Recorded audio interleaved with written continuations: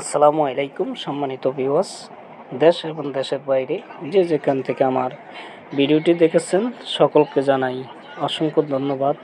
আমার পক্ষ থেকে অনেক অনেক ভালোবাসা। চলে আসলাম আজকে নতুন আরেকটি ভিডিও নিয়ে আপনাদের জন্য। তো আশা করি আপনারা ভিডিওটি শুরু থেকে শেষ পর্যন্ত দেখবেন।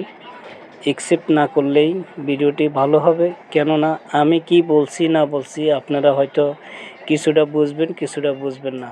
তো সেই জন্য অনুরোধ করব, ভিডিওটি স্কিপ না করে ফুল দেখবেন, আপনাদের কাছে ভালো লাগবে। আর যদি আমার ভিডিওটি দেখতে দেখতে কোথাও না কোথাও ভালো লেগে যায়, তাহলে আমার ভিডিওটি শেয়ার করে দিয়ে পাশে থাকবেন।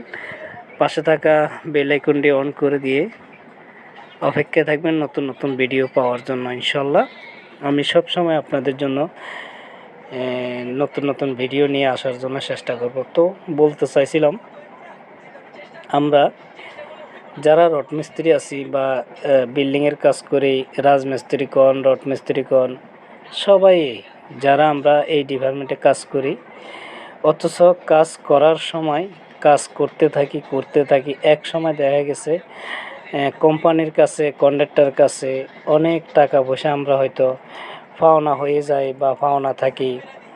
তো আমরা কি করি, যখন এক সময় দেখা গেছে আমাদের 10,000, 20,000, 15,000, 5,000, কারো 3,000, কারো 2,000, এভাবে যখন প্রতিটা মানুষের টাকার প্রয়োজন হয়, তখন আমরা কি করি, প্রতিটা মানুষে কন্ট্রাক্টর বলেন, মালিক বলেন বা কোম্পানি বলেন, যাই বলেন, আমরা প্রতিটা মানুষই তাদেরকে বলি যে আমাদেরকে টাকা দিতে হবে আমাদের ফ্যামিলির জন্য, বা আমরা বাড়িতে পাঠাবো, বা আমরা নিজেরা বাসা ভাড়া দেব, হয়তো ছেলে মেয়েকে দিব, বা যে কোনো কাজে আমরা টাকা কাজে খাটাবো।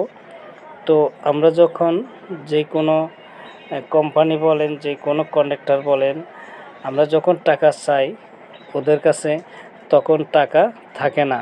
ওরা বলে যে আমাদের কাছে এখন টাকা নাই, এখন যেভাবে হোক ম্যানেজ করে চলো, বা এই হয়েছে সেই হয়েছে।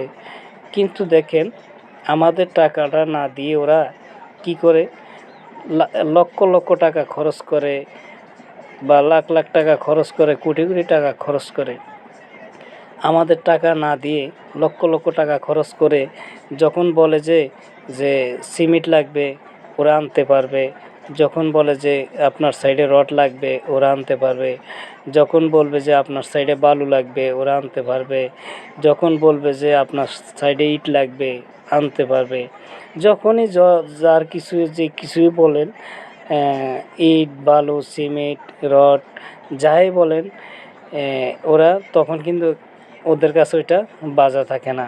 কারণ ওরা যে কোনো কিছুর মাধ্যমে যে কোনো প্রকারে ওরা জিনিসগুলো নিয়ে আসে। তো আসলে আমাদের এই ডিপার্টমেন্টে এরকম একটা অবস্থা, আমরা কোনো কোম্পানির কাছে, কোনো মালিকের কাছে টাকা সময় মতন চাইলে পাই না। আর ওদের যখন সময় হবে, ওদের যখন জিনিসপাতি শর্ট পড়বে, ওরা ঠিকই টাকা ওদের কাছ থেকে বের হয়ে যাবে।